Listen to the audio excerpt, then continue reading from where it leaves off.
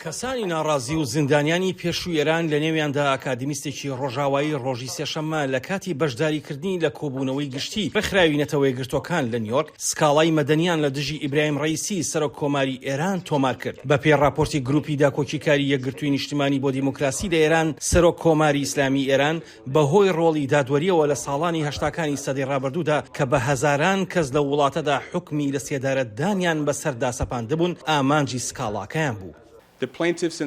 سکاڵاکارانی ئەم دۆسیە ناڕازایەکانی ئێران بارمەتە پێشووەکانی ئێران بارمەتە ڕۆژاوایەکان بە شێوەیەکی بێوەنە کۆ دەبنەوە بۆ ئەوەی هەنگاوێک بەرەو پێشەوە بنێن لە پێناو دادپەروەریدا. دەنگدانەوەی ئەو هاوارانن کە ئەمڕۆ لە شەقامەکانی ئێران دەیبیسین. مەترسن هەمومان پێکەوەی. کاری مۆر گەلبەرد ئەکادمیستێکی ئوسترالی بەریتانیا کە لە مانگی نۆی 2010دا تا مانگی نۆی ساڵی 2020 لە ئێران بە تومەتی سیخوڕی زیندانی کرابوو لە کۆنگرێکی ڕۆژنامەوانی نیویۆرکدا بە ڤیدۆ دەرکەوت وێنەیەکی دڵتەزیێن لە ئازارەکانی لە پشمێزی زیندانەوە کێشاوە هاوکات بۆ ماوەی ساڵێکیش لە زیندانی تاکە کەسیدا بوو. ئەو داوە مەدەنیە پشت بە یاساکانی ئەمریکا دەبەستێت کە قوربانیانی ئەشکەنجە دەپارێزێت.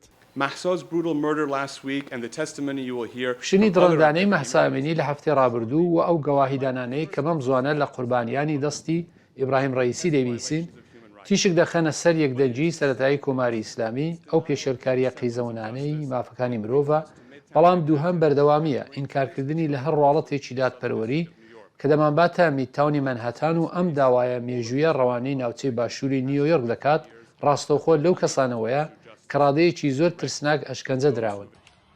بە ئاماژەدان بە سەرکوتکردنی کوشندە لە دژی ئەو ناڕزایەتیانەی کە دوا بە دوای جانەدەزانی خانمێکی گەنجی کوردی ئێران بە ناوی ژینە ئەمینیەوە سەری هەڵدا دوای ئەوەی لەلایەن پۆلیسی ئەخلاقەوە دەستگیر کرا کە سنووردارکردنی جلوبەرگی ژنان دەسەپێنێت گیانی لەدەستدا. ئەم سکاڵایە یەکەم سکاڵانیە لەسەر ڕەیسی لەسەر خاکی ئەمریکا.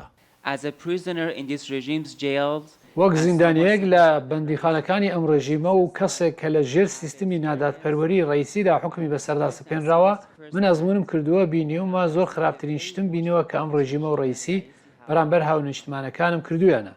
من زۆر بە ئازارەوە لە بیرمە کە دادوەرەکەی خۆمڕەتی کردەوە تەنانەت قسەش بکەم بەڵام ئەوە ئەمڕۆ کۆتایی دێت.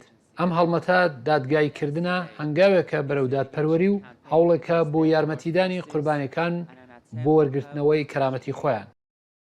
لە مانگی هەشدا لە نیویۆرک سکاڵایەکی مەدەنی کە لەلایەن گروپێکی جیاوازی تاراوگەوە تۆمار کرابوو ئاڵنگاری دەسەڵاتدارانی ئەمریکای کرد کە پێش دەرکەوتنی ڕەیسی لە نەتەوە یەکگرتووەکان ڕێوشێن بگرنە بەر.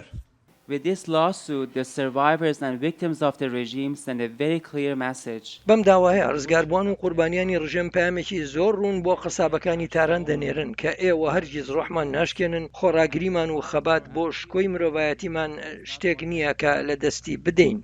بەپێی ئەو دۆسەیە ڕەیسی لە ساڵی 1970دا ئەندامی بەناو کۆمسیۆنی مرگ بووە 4 دادوەر کە ڕاستەوخۆ فەرمانی داوە بە جێبەجێکردنی لە سێدارەدانی هەزاران کەس و هەروەها ئەشکەنجەدانی ئەندامانی ئۆپۆزیسیۆنی چەکداری ڕێکخراوی مجاهیدینی خەڵقی ئێران.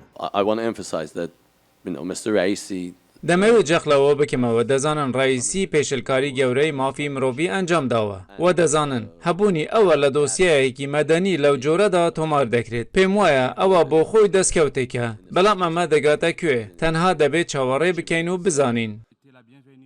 ڕەیسی کە لە مانگی هەشتی ساڵی 2021دا هەڵبژێردرا لە کۆبوونەوەی گشتینەتەوەی گرتوەکاندا لە نیویۆرک وتارەکەی پێشکەش کرد. پێشتریش سێشەمە لە نیویۆرک لەگەڵ ئیمانوێل ماکرۆن سەرۆکی فەڕەنسا کۆبەوە کە باز لە بەرنامەی ناوەکی تاران و ڕێزگرتن لە مافەکانی ژنانی کردووە دوای خۆپیشاندانەکانی چەندین شاری ئێران.